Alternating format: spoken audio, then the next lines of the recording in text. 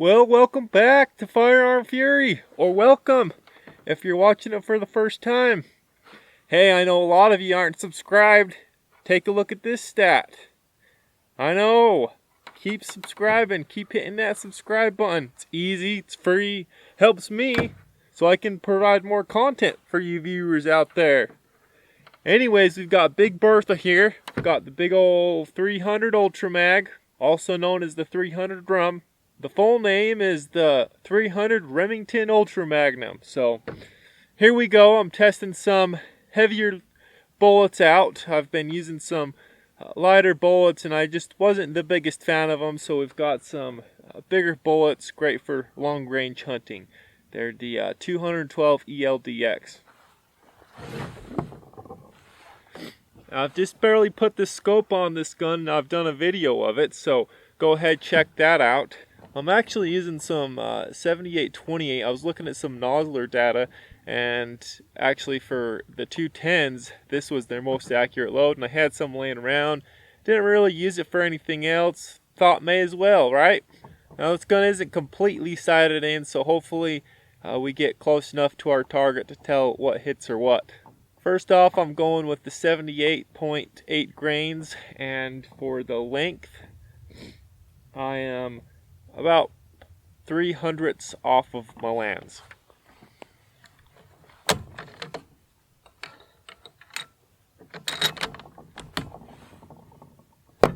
Alright, 78 grains.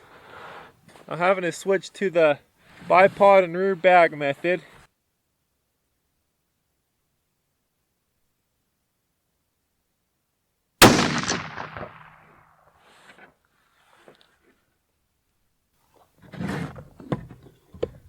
Now, if you don't know what a 300 Remington Magnum is, it's essentially a .338 Lapua necked down to a .30 caliber. Simplest way I can put it.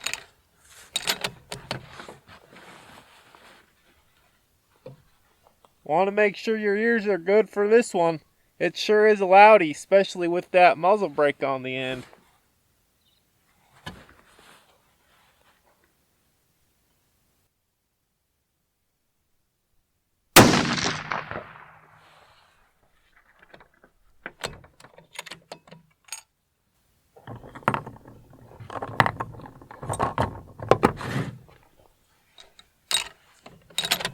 Now that first shot was not a cold bore shot. I shot one before to make sure my pressure was good and I was aimed okay. And I did forget my chronograph, darn. I was really liking to get some data on this, but we'll go through them, take a look at the pressure. If you have any questions, I'll stop, do a little assessment.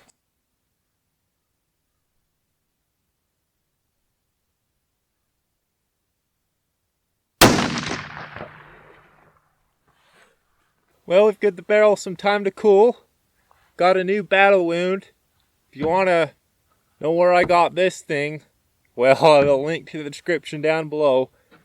Kind of embarrassing, but it happens. I'm shooting another gun, testing some loads while I'm doing this. So, anyways, we're back on the old 300, and we're now shooting 80 grains.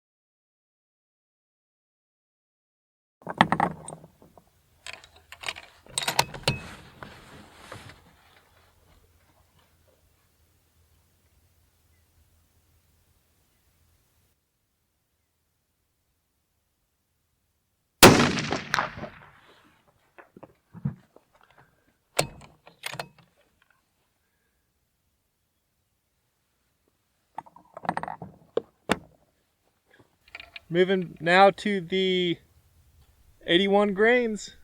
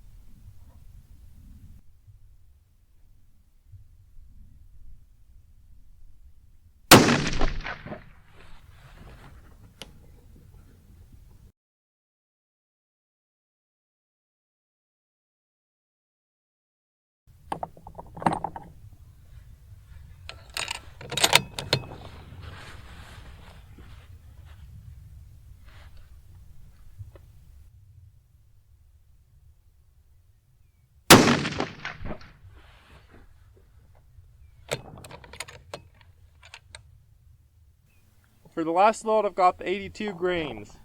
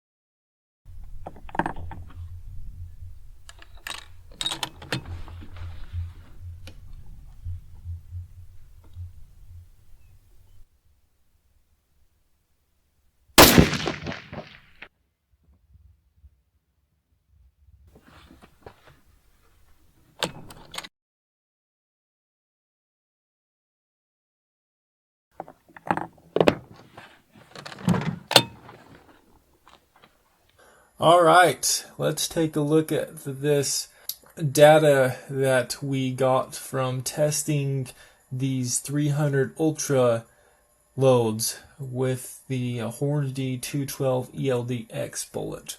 Now, I do like this bullet and I wanted to test it because it has a pretty good ballistic coefficient and it should be great for hunting. I like the heavier weight bullets. So I was previously shooting a 180 grain, but I really wasn't a big fan of it. I like these heavier bullets.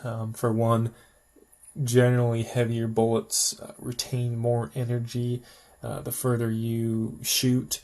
And secondly, generally speaking, the heavier bullet you have, the higher BC. The higher BC, as I mentioned before, the more energy and velocity it's able to retain downrange.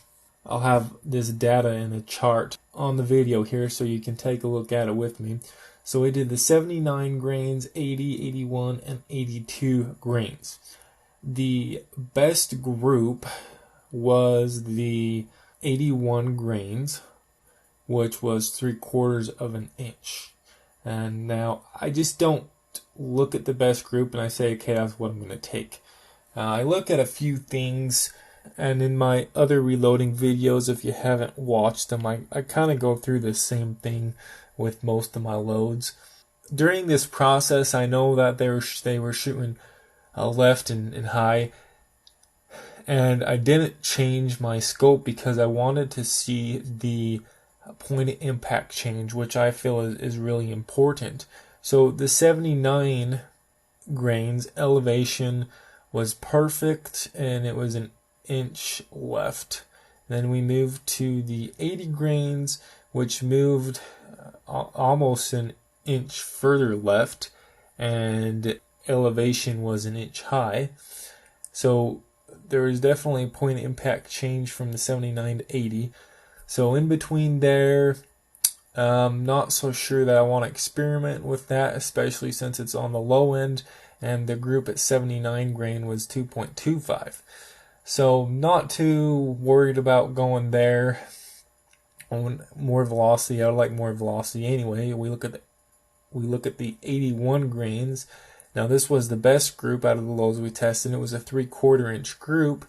The 80 was 1 1 inch group, so it's getting better from 81 to 82. But now we look at the point of impact shift, and we've got a pretty significant shift here. It did settle back down to the right a little bit, about half an inch. It went about half an inch to the right from the 80 to 81 grains, but the elevation is the big story here. 80 grains was half an inch high, 81 grains was 2.5 inches high. So there's the big point of impact change. So somewhere between 80 and 81 grains, there is a pretty significant point of impact change. So I'm going to need to watch out for that and maybe try to pinpoint a little bit more where that change takes place. And then we move to the 82 grains. We got a 1 inch group, so pretty good accuracy there. Just a little less than the load before. Now, I did fail to mention, these loads are all kind of towards the lower end. I was looking at some data, and it seemed like with this powder and this bullet weight, it tend to favor the lower powder charge. So I went with the lower power charge. You know, it's always good to have velocity, but I would take accuracy over velocity in most cases. So anyway, we moved to the 82 grains. As we say, group size increased a little bit. The point of impact change was almost exactly the same, which is great. We know that between 81 and 82 grains, it's pretty stable. It seems like I'm going to go with a load in between 81 and 82 grains.